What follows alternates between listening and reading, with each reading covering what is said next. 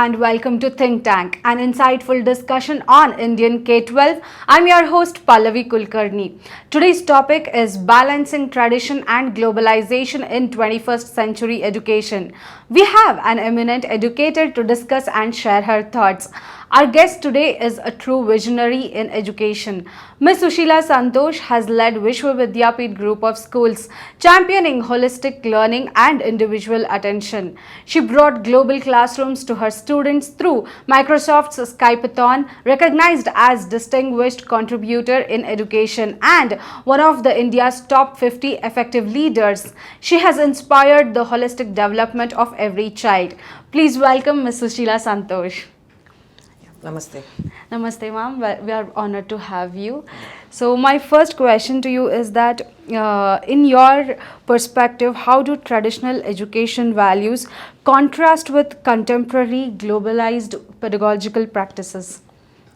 Okay, I would like to give an example of a plant which has very deep roots, right? It depends on the depth of the root how the plant grows. And above the soil, the gardener has liberty, or the gardener can decide how to shape the plant. Same way, the roots are very important. In this globalization or the globalized world, we have to have strong roots where children are rooted into Indian culture, tradition and value, but become global citizens where they are fit to adopt to any situation across the world.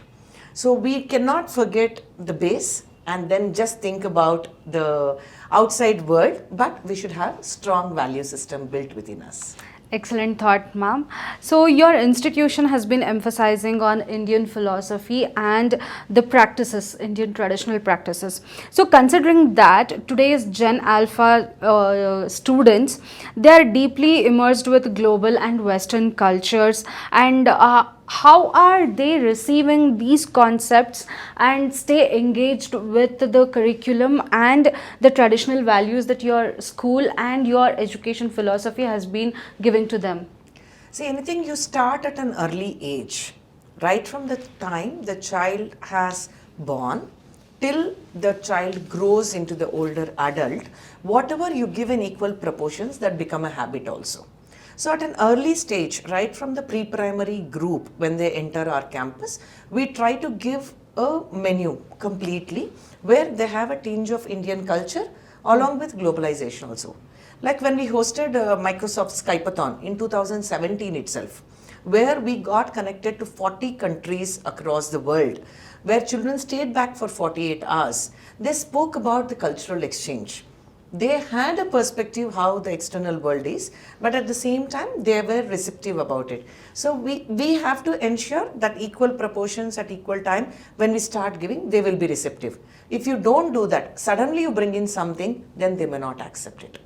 So we have to start at an early age. That's great, ma'am.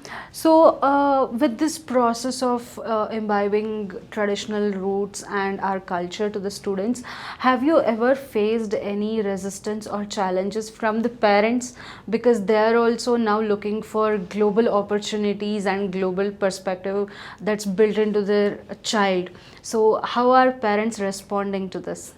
I think our parents are very smart. They are also Indians. Yes. They are very receptive about it.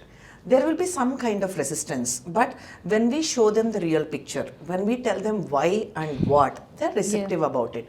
They understand that every child should be first able to respect the parents, should be able to respect what they have, should have gratitude. Along with that, get into the Western. See, we always tell about Western culture. There are good things in Western culture. We have to pick up those, but build strong on our Indian value system. So I think more or less today parents are coming back again in a circle where we are going back to our roots and trying to understand everything. So they're receptive about it. Can you please brief us about any programs and activities that you have led in your school under your leadership that has helped children to know more about Indian culture, Indian roots, and they understood the philosophy that you were trying to tell them? Sure. See, every year we have a mega event which we conduct on our campus, like how we have the annual day celebrations. Annual day celebrations we have for a pre-primary and grade 1 to 5 students. Even they have the same theme which they take forward. In 2022, 2023, we had Ganita Mela, where children learned about mathematics, but they learned from our tradition till present. Like for example, Baudhayana Shastra, which was there earlier, and Pythagoras theorem. They try to culminate both. Second year, we had Bharatiya Kala Vaibhava, where we took children across the country. They learned the social studies aspect, the history, by going and visualizing whatever our culture and our country is rich about. And this year, Jai Jawan, Jai Kisan, where significance and importance of a farmer and a soldier also. So everything along with the syllabus, without confining only to the classrooms and the textbook knowledge, you give them real life situations and real life scenarios where they get into that particular nature or this. They learn a lot about it. The folk farms, the art forms. Every year my children in our campus learn one art form, like Madhubani art. They learn Lippan art. So when they do this, they know the cultural aspect of it. Along with that, their skills are also developed. These are certain examples. So I'm sure these skills and these concepts will not just amplify their academical knowledge, but they build a personality around those skills. Correct. And it will help them to be a better citizens, where they when they get into the career life, they are known with other culture. They can adapt to the new culture and concepts without having conflicts in their own minds. Right. That's wonderful, ma'am. So, my next question to you is that, with your experience, which subject do you think or the competencies are most influenced by globalization, or which is the best served by the traditional approaches? I think more or less every subject is equally important. You cannot tell only one subject. Now, even if you speak about computers, a child should understand the biological aspect of a body, where the impact will be there. They have to understand the psychological aspect of it. They have to understand the mathematical. Every subject plays a significant role. So it is like you need to have everything in balance. But what is the passion of the child? What is the goal of the child? What the child want to become in the future? Based on their abilities, we have to groom them. Like what Swami Vivekananda said, education is manifestation of perfection which is already in man. So every child has something in themselves. So now when we teach them, we have to build on that strength what the child has. So based on that strength, you can choose the syllabus or the subject and then try to motivate them. That's excellent, ma'am. So, speaking about your own educational journey, how these philosophies and Indian culture has shaped your understanding, and how, with that, how do you balance the tradition with global perspective?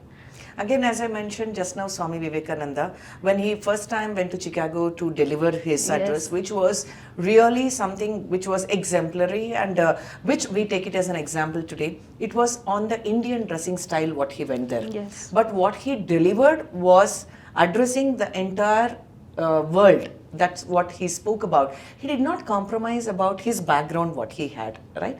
Similarly, our backgrounds should be very strong. We should believe in what we are. We need not change based on where we are going to. We can adopt. There is a lot of difference between changing and adopting. When you are in a particular situation, you adopt, you try to behave as per that, you deliver, and then you come back to the roots also. Now, if you take up my background, I have done my nursing where we have learned about community health nursing, pediatric nursing, medical nursing, every aspect of it. Now, all this is helping me in my administration where the psychiatric knowledge, what we learned about, the pediatric, the growth and development, I am able to apply it here and be more empathetic in my administration also. This is what I feel, it is a strength. I think you have a bundle of experience and the motivation that you have collected through your experience that you are passing on to the next generation through your school and your service in the education, and I congratulate you for that. Thank you so much. We have now concluded this discussion. I extend my heartfelt gratitude to Ms. Suseela Santhosh for sharing invaluable insights on the topic. Don't forget to like, share, comment and subscribe to our channel. For more such content, visit our website www.theENN.com, powered by Education Today. Thank you for tuning in. This is Pallavi Kulkarni. We'll see you next time.